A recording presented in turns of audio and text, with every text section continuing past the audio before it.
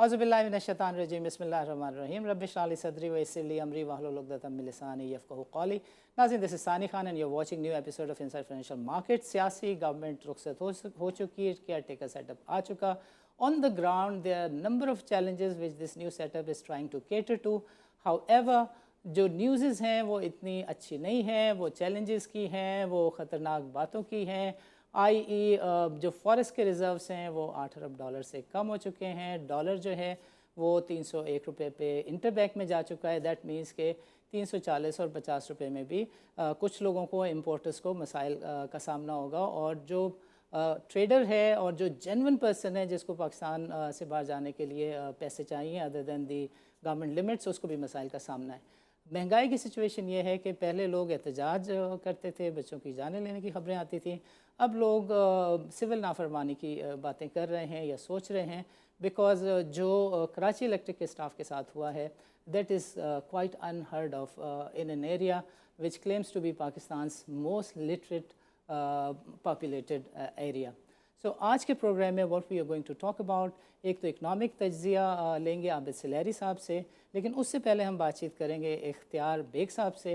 He happens to be a renowned businessman, industrialist, और government को अक्सर ही कीप्स ऑन एडवाइजिंग, और एक दो मरतबा इंटरम गवर्नमेंट्स को भी एज एन एडवाइज़र उन्होंने सर्व किया है। रेवेन्यू के पोर्टफोलियो को देखा है, सिंध गवर्नमेंट को ऑफन वो एडवाइस करते रहे हैं।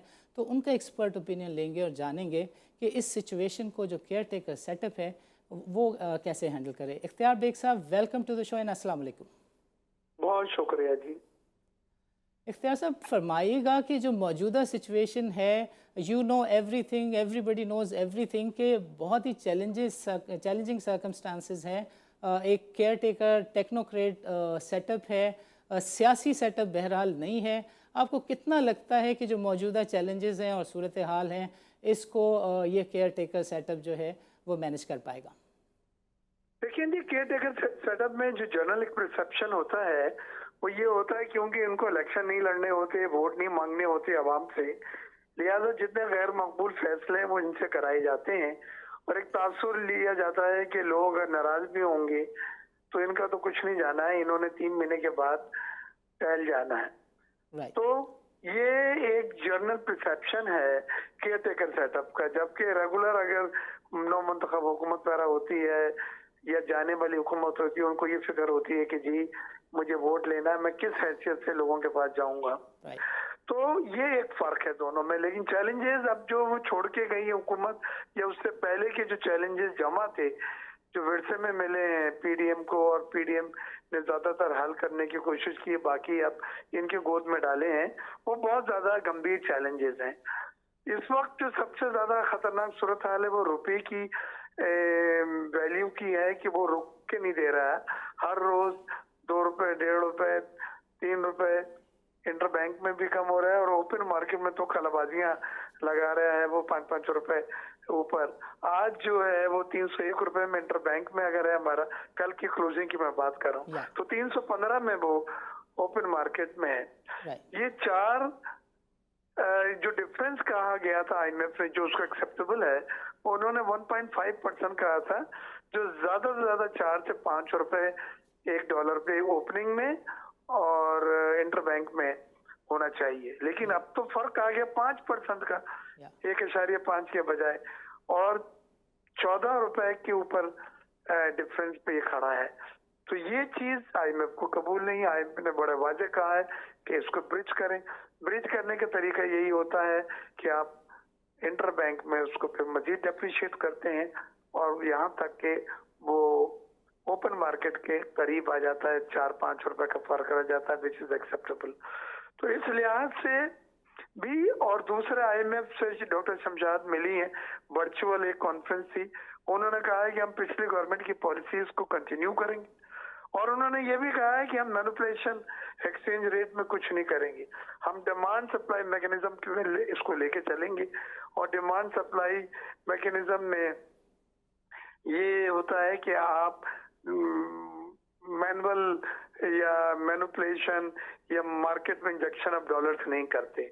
तो वो बात से तो ये लग रहा है कि अब 315 है तो 310 हो जाना चाहिए। Right right. इफ्तियार साहब, इंटरबैंक का आपको मैं रोक कर एक चीज़ के ऊपर आपका और व्यू लेना चाहूँगा कि शमशाद अख्तर साहिबा के लिए कहा जाता है she happens to be a soft lady. IMF ने कहा है कि गवर्नमेंट के जितने भी स्टेट इंस्टीट्यूशंस है, मिलिट्री से लेकर इंडस्ट्रीज तक, and every institution, IMF says कि that has to be governed by the finance ministry. उसके जो फिजिकल डिसिप्लिन है उसकी मेन जिम्मेदारी वो फाइनेंस मिनिस्टर की है, शमशाद अख्तर की है। And as I said she happens to be a soft lady, उसका इंप्रेशन यही है।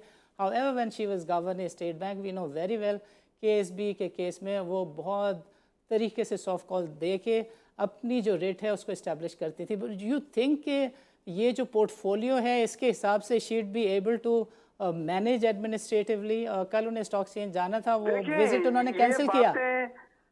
जो आप कर रहे हैं ये इस वक्त तो करना इतना ज्यादा रेलेवेंट इसलिए नहीं लगता कि अब तो वो बन गई हैं। Right. और जो लोग उन्हें लाए हैं उन्होंने इन तमाम एंगल्स को देख के और उनसे बातचीत करके ये जो मौजूदा चैलेंजेस हैं उसमें जो अप्रोच अख्तियार करनी है उसको सब समझाया है। और IMF का भी ये कहना है कि जी रुपये को 20% एप्रिसिएशन करना है अपने, और जून 2024 तक 340 रुपए तक आपको रुपये को लेकर आना है। तो हर तरफ से अगर आप देखें जितनी बातें मैंने अब तक की हैं, ये बात वाज़ेह आती है कि रुपये जो है वो फर्दर डेप्रिशिएट होगा और जून 2024 तक 340 रुपए पे भी आ सकता है। अब जहाँ शमशाद साहिबा के जो आप कह रही हैं उसमें मैं इतना से बतला दूं कि ये उन्होंने बड़ी वाज़ेह कैटेगोरिकल स्टेटमेंट जो दिया है उसका मेन मकसद यही था कि IMF को कोई डाउट ना हो कि जी ये पिछली गवर्नमेंट की पॉलिसी इसको फॉलो नहीं करेंगी या ये डॉलर रुपये का जो एक जो रेट है उसमें मैनिपुलेशन। तो इन्होंने दोनों चीजों से इनकार करा है और पिछली पॉलिसी को कंटिन्यू करने को कहा। तो मैं समझता हूँ अब हमें इसमें डाउट नहीं करना चाहिए, इनके पास ऑप्शन बहुत कम है। और जी हाँ, she need to follow a road map, strictly need to follow a road map. आखिर में मैं चाहूँगा इख्तियार साहब एक चीज़ पे आप कमेंट करें कि फॉरेक्स रिजर्व्स जो हैं वो $8 बिलियन से कम हो गए। हमने जुलाई में 5.25 बिलियन अभी नई यानी डेट रेजिंग की है। अगर जो 4 बिलियन से ज़्यादा का माल पोर्ट पे पड़ा हुआ है बंदरगाह से वो रिलीज़ नहीं होता तो इंपोर्टर्स का एहतजाज कंटिन्यू होता है। वो रिलीज़ हो जाता है तो हमारे रिजर्व्स उसी पोजीशन पे आ जाएंगे जहाँ पे डिफ़ॉल्ट का बहुत लोग शोर मचा रहे हैं। It's a challenging. कह रहे हैं आप, बिल्कुल सही कह रहे हैं। हमारी GDP ग्रोथ बिल्कुल नीचे गिर के माइनस की तरफ जा रही थी, तो प्रेशर ये हुआ कि ग्रोथ को थोड़ा सा सपोर्ट करना है, इंपोर्ट अलाउ करें। जो रुकी हुई थी इंपोर्ट वो जब अलाउ करें तो डॉलर पे प्रेशर आया और ये 7.9 पे डॉलर आ गया, 8 के ऊपर था। 125 मिलियन डॉलर की कली डेट की रिपेमेंट्स में एक्सटर्नल फाइनेंसिंग हुई है। तो ये बात तो अपनी जगह बिल्कुल सही है, लेकिन आपको अपने मुल्क की सप्लाई चेन को भी रखना है। लेकिन अगर आपने सप्लाई चेन में लूज रखा तो फिर वही आपका ट्रेड डेफिसिट में इतना मैसिव जो है वो डिफरेंस आ जाएगा। तो ये बड़ा आर्ट है, इसको हुकूमत को लेके चलना होगा कि सप्लाई चेन भी डिस्टर्ब ज्यादा ना हो, रॉ मटेरियल खास तौर से मेडिसिन वगैरह की और स्पेयर पार्ट्स की चीजें रुके ना, और साथ ही साथ ट्रेड डेफिसिट भी ना बढ़े। तो ये एक आर्ट है, लेकिन अफरात-ए-ज़र इस वक्त एक बहुत बड़ा वो कह लीजिए आप मोनिस एक बहुत बड़ा खतरा जो है वो सामने मुझे नजर आ रहा है। ये हाइपर इन्फ्लेशन पे अब जा चुके हैं। SPI 37% और CPI जो है 27% पे आ गया है और ये इतनी जल्दी वापस नहीं जाना है इसने। तो ये राइट। इख्तियार साहब ये भी जरूर फरमाएं कि जो नंबर्स हैं, जो directive given by the IMF है, वो तो सजेस्ट करते हैं कि जो पॉलिसी रेट है, इंटरेस्ट रेट है, उसे कम से कम 2% बढ़ाया जाए। आपको लगता है कि शरह सूद को गवर्नमेंट को बढ़ाना ही पड़ेगा? देखिए, उन्होंने तो वो कह रहे हैं कई महीनों से, और इस बार उम्मीद भी थी कि जब मॉनेटरी पॉलिसी रिव्यू था तो ये कम से कम 1% बढ़ाएंगे, 22 से 23 करेंगे, लेकिन नहीं किया। 2 रीजन है। एक तो फाइनेंशियल कॉस्ट जो बढ़ गई है 25% बैंकों के मार्कअप लेंडिंग कॉस्ट हो गई है। कोई बिजनेस ऐसा नहीं है जो 25% में बैंकों को भी सर्व कर सके मार्कअप और अपने लिए भी कुछ 2 पैसे बना सके। लिहाजा पूरी प्राइवेट सेक्टर क्रेडिट जो है, जो 450-500 अरब रुपए होता था, वो घट के कम होके 150 पर आ गया अरब रुपए पे।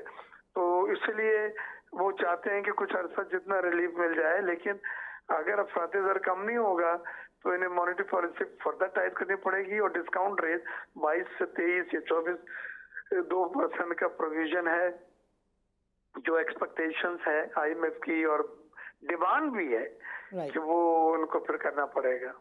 इख्तियार बेग साहब, आखिर में अगर आप कोई केयर टेकर सेटअप को, फाइनेंस की मिनिस्टर साहिबा को कोई मैसेज देना चाहें तो हमारा प्लेटफॉर्म हासिल जी, है। मेरा एक मैसेज है कि स्पेशल इन्वेस्टमेंट फैसिलिटेशन काउंसिल जो बनी है, जिसमें सिविल अस्करी क़यादत जनरल आसिफ मुनीर साहब का कलीदी किरदार है, उन्होंने 3 सेक्टर को प्रायोरिटी सेक्टर तजवीज़ किया है, जिसमें एक है IT, दूसरा एग्रीकल्चर और तीसरा मिनरल्स है।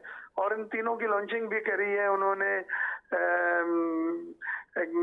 ये जो मिनरल समिट हुई थी या और डस्ट टू 2 अगस्त। डेवलपमेंट था, और ये अरामको के साथ ज्वाइंट वेंचर जो रिफाइनरी का प्रोजेक्ट है, और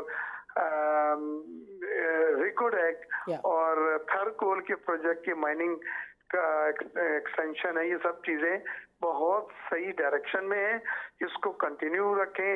इसको ही यही रोड मैप है जो आपको बचा सकता है आप सेल्फ सफिशिएंट हो ज़रिए अजनास में। आप आसपास खलीज ममालिक की फूड सिक्योरिटी की जिम्मेदारी लें, एक्सपोर्ट भी होगी, जॉब्स भी क्रिएट होंगी और ज़मीन भी यूटिलाइज होगी। वो लोग छोटे डैम तक बनाने के लिए तैयार हैं। Agriculture, minerals and IT are your strength, और इन्हीं को आपने कायम रखना है। Okay, great great. Ikhtiar Baig sahab, आपका प्रोग्राम के लिए वक्त निकालने का बहुत बहुत शुक्रिया। हमें इजाज़त दीजिए, अल्लाह हाफिज़। नाज़रीन, this is time for a short break. वक्फे के बाद हम बातचीत करेंगे आबिद सुलैरी साहब से और उनसे हम समझेंगे कि गोइंग फॉरवर्ड वो किस तरह के चैलेंजेस देखते हैं इस केयर टेकर सेटअप के लिए।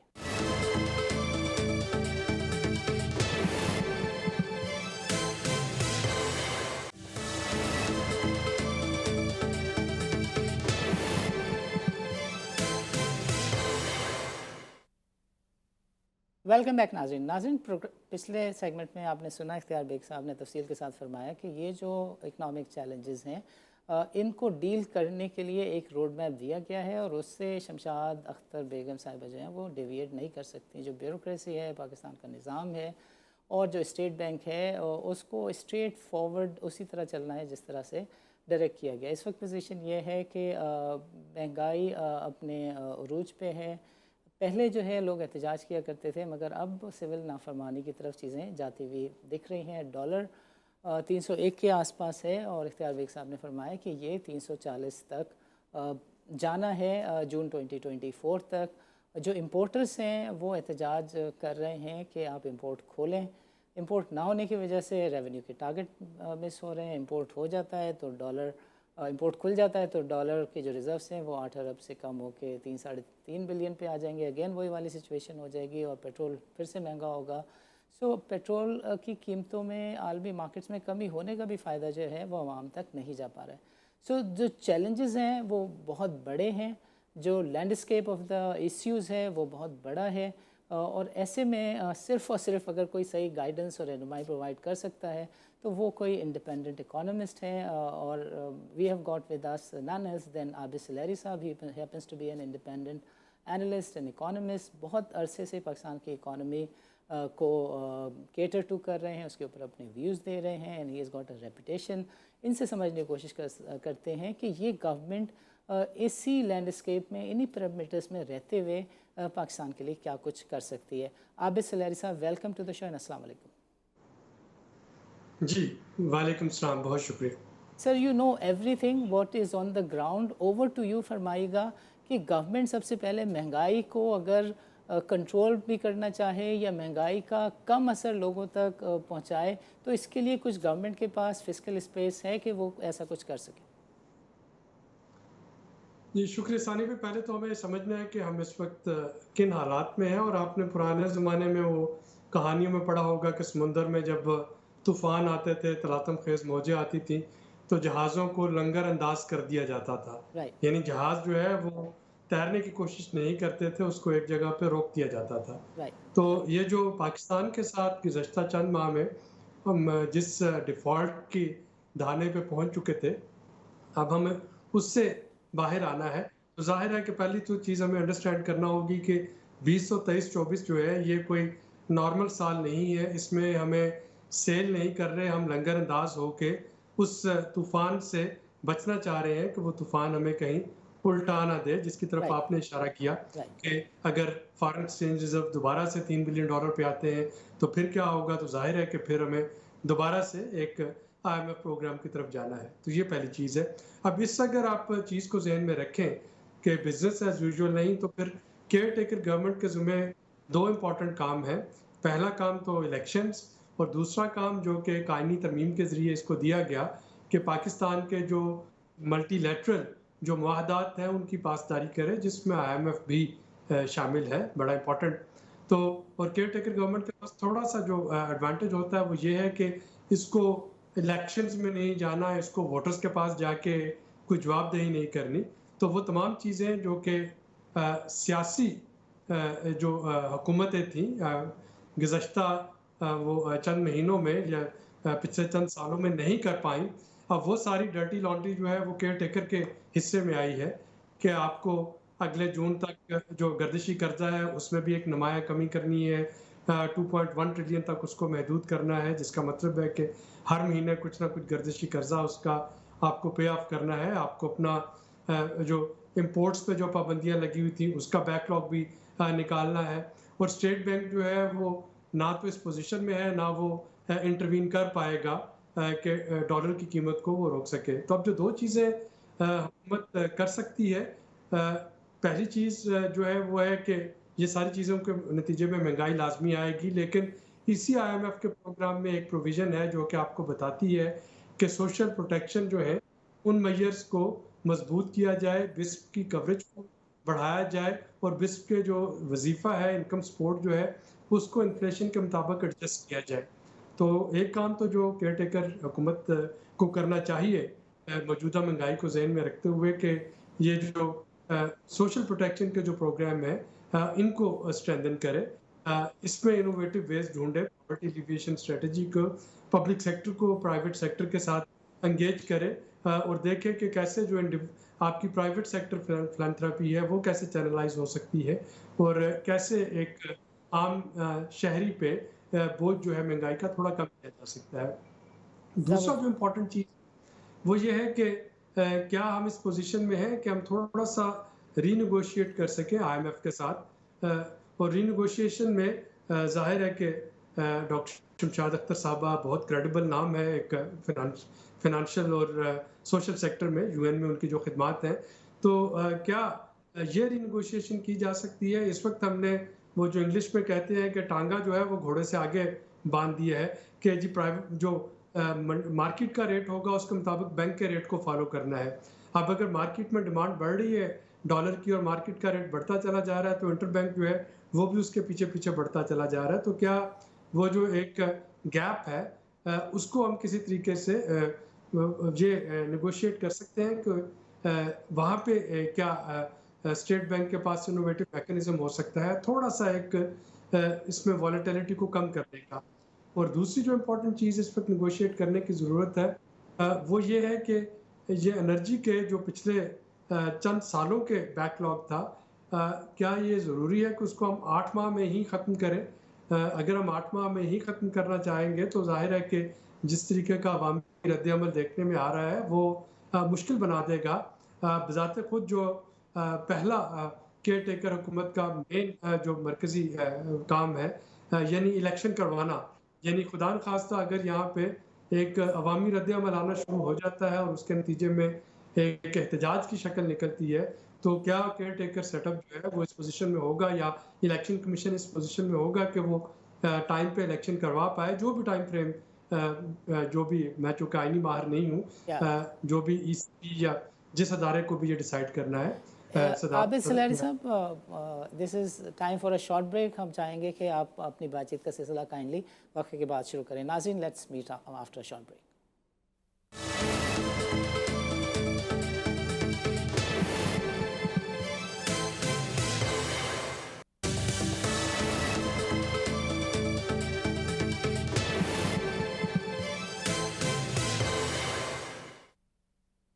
वेलकम बैक नाज़रीन, प्रोग्राम के पिछले सेगमेंट में आबिद सलारी साहब ने हमें बताया कि there are ways and means के माहदे में रहते हुए भी जो है IMF की कंडीशन को सामने रखते हुए भी there are ways and means कि गवर्नमेंट जो है वो कहीं ना कहीं आवाम को जो निचला तबका है उसको एंटरटेन कर सके। अभी अभी खबर आई है कि प्राइम मिनिस्टर ने जो है एक हंगामी इजलास तलब किया है जिसमें ये जो बिजली के बिलों के ऊपर एहतजाज हो रहा है और इसमें जो मसाइल हैं इससे रिलेटेड मामलात को देखने के लिए एक एमरजेंट मीटिंग कॉल की गई। एंड वी होप कि गवर्नमेंट उस तरह सोचेगी जिस तरह आबिद सलारी की तरह के मैशदान जो हैं वो चीज़ों पर नज़र रखते हैं और मशवरे देते हैं। मिसाल के तौर पे आपने एक बात कही कि जो BISP है या जो निचला तबका है उसकी जो इमदाद है उससे मुतालिक there are clauses available, provisions available, government जिसको देख सकती है।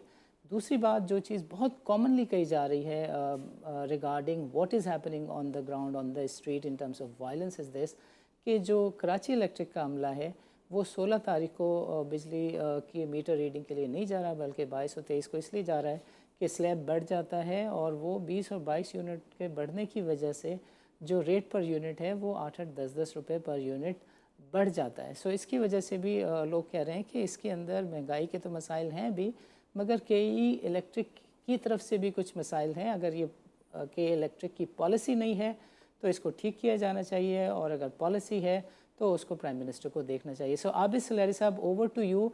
जो आप बात कर रहे थे काइंडली उसे कंटिन्यू करें और आखिर में ये भी ज़रूर बताएं कि जो शरह सूद है इसको ऐसा लगता है कि बढ़ाना ही होगा और अगर वो बढ़ाते हैं तो बिजनेसमैन कारोबार नहीं कर पाएगा जो कि अभी भी नहीं कर पा रहा है, तो फिर ये रोज़गार कैसे पैदा हो सकता है इस सिचुएशन में, क्या लोग करें? Over to you sir. जी शुक्रिया। और प्राइम मिनिस्टर ने एक 11 रुकनी कमेटी की भी कैबिनेट कमेटी की मंजूरी दी है जो कि इन तमाम इश्यूज़ को देख रहे होंगे। तीसरी जो चीज़ जो पिछले सेगमेंट में बात कर रहे थे कि बिजली और गैस के जो सर्कुलर डेट है उसमें एक इम्पॉर्टेंट चीज़ आपके ट्रांसमिशन और डिस्ट्रीब्यूशन लॉसेस है। यानी वो सार्फिन जो कि बिल पे करते हैं वो उन सार्फिन की एनर्जी प्राइसेस भी पे करते हैं जो कि बिल नहीं देते और वो तकसीम कार कंपनीज की इनएफिशिएंसी की जो लागत है वो भी वही पे कर रहे हैं। तो ये दो ऐसे इश्यूज हैं जिनको देखना चाहिए ताकि कम से कम यहाँ से लीकेज जो है वो तो बंद हो। और चौथी और सबसे इम्पॉर्टेंट चीज़ और जिसका ताल्लुक जो है वो डॉलर रेट से भी है वो है कि जब भी इलेक्शन होने हैं वो 3 महीने बाद होने हैं, वो 6 महीने बाद होने हैं, वो साल बाद होने हैं, कम से कम एक क्लैरिटी आ जानी चाहिए। जो चीज़ पहले हॉन्ट कर रही थी आला अदलिया और पार्लियामेंट की महाजराई वो अब दीवान सदर और इलेक्शन कमीशन ऑफ पाकिस्तान की महाजराई में तब्दील होती हुई नज़र आ रही है। और इस तरह की एम्बिग्विटी में कोई भी इन्वेस्टर, भले वो पाकिस्तानी इन्वेस्टर हो या वो फॉरेन इन्वेस्टर हो, वो अपनी सरमायाकारी यहाँ पे लाने में रिलक्टेंट होंगे। अगर उनको पता चल जाता है, हमारे इवन दोस्त ममालिक को भी अगर पता चल जाता है कि अगले चंद माह में या अगले 2 सालों में किससे उनकी बातचीत होगी, या उनको अगर ये आइडिया हो जाता है कि जी इलेक्शन होगा और एक मुंतखब हुकूमत आएगी जिसके साथ उन्होंने बातचीत करनी है, तो शायद उनकी प्लानिंग जो है वो आसान हो सके। इस वक्त बाकी तमाम जो रीज़न्स हैं रुपए की कीमत में गिरावट की, उसमें एक बड़ी रीज़न ये भी है कि जब तक आपके पास ये सियासी महाज पे क्लैरिटी नहीं आ जाती, लोगों में इस वक्त पैनिक बाइंग भी हो रही है डॉलर की, लोग डॉलराइजेशन ऑफ इकोनॉमी भी कर रहे हैं और लोग अपना सरमाया जो है वो मुंतकिल कर रहे हैं और डॉलर पाकिस्तान में लाने से हिचकिचा रहे हैं। और ये चीज़ें पाकिस्तान की इस वक्त मुआशी सूरत हाल को बिल्कुल भी सपोर्ट नहीं कर रही। तो हमें जो चीज़ें हुकूमत के बस में है कम से कम फौरी तौर पे हमें अमल कर लेना चाहिए। ज़बरदस्त। सुलैरी साहब, हमारे प्रोग्राम का चूँकि वक्त ख़त्म हो रहा है, हम चाहेंगे कि आखिरी 2-2.5 मिनटों में अगर आप कोई गवर्नमेंट को मैसेज देना चाहें तो हमारा प्लेटफॉर्म हाजिर है। देखिए यही है कि केयर टेकर सेटअप जो है बड़े क्रेडिबल लोगों पर मुश्तमिल है, जिनकी कोई सियासी वाबस्तगी आपको नज़र नहीं आती है एनर्जी के शोबे में, इकॉनमी के शोबे में। और इस वक्त ज़रूरत इस अमर की है कि पिछले चंद सालों में जिस तरह से मईशत सियासत का शिकार होती रही, सियासी तनाज़ात का शिकार होती रही, उससे आगे बढ़ते हुए अवामी मसाइल को ढांकते हुए और उनका कोई सलूशन देते हुए हमें अपनी सिमत को दुरुस्त करना है। और यहाँ पे जो ट्रस्ट डेफिसिट है, एक फिस्कल डेफिसिट और डॉलर डेफिसिट तो है ही, लेकिन जो ट्रस्ट डेफिसिट है अवाम में और हुकूमत में और बैन अवी बरादरी में, उसको हमें रिड्यूस करने के लिए बड़ी क्लियर और बड़ा कैंडिड अवाम के साथ मैसेजिंग करनी होगी, क्या हो सकता है, क्या नहीं हो सकता, क्या मुमकिन होगा, ताकि उसके मुताबिक अपनी जो तवक्कुआत हैं वो वाबस्ता रखें और देखें कि एक ट्रांजिशन जो है वो कैसे स्मूथली हो पाती। ज़बरदस्त। Your last word on the policy rate, you think कि गवर्नमेंट को बढ़ाना ही पड़ेगा?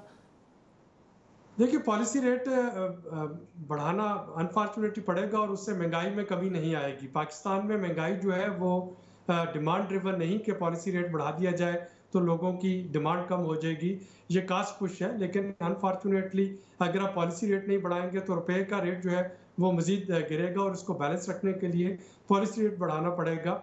लेकिन उसके साथ हुकूमत की जो इंटरेस्ट पेमेंट है, डोमेस्टिक सर्विस चार्जेस, वो भी बढ़ जाएंगे।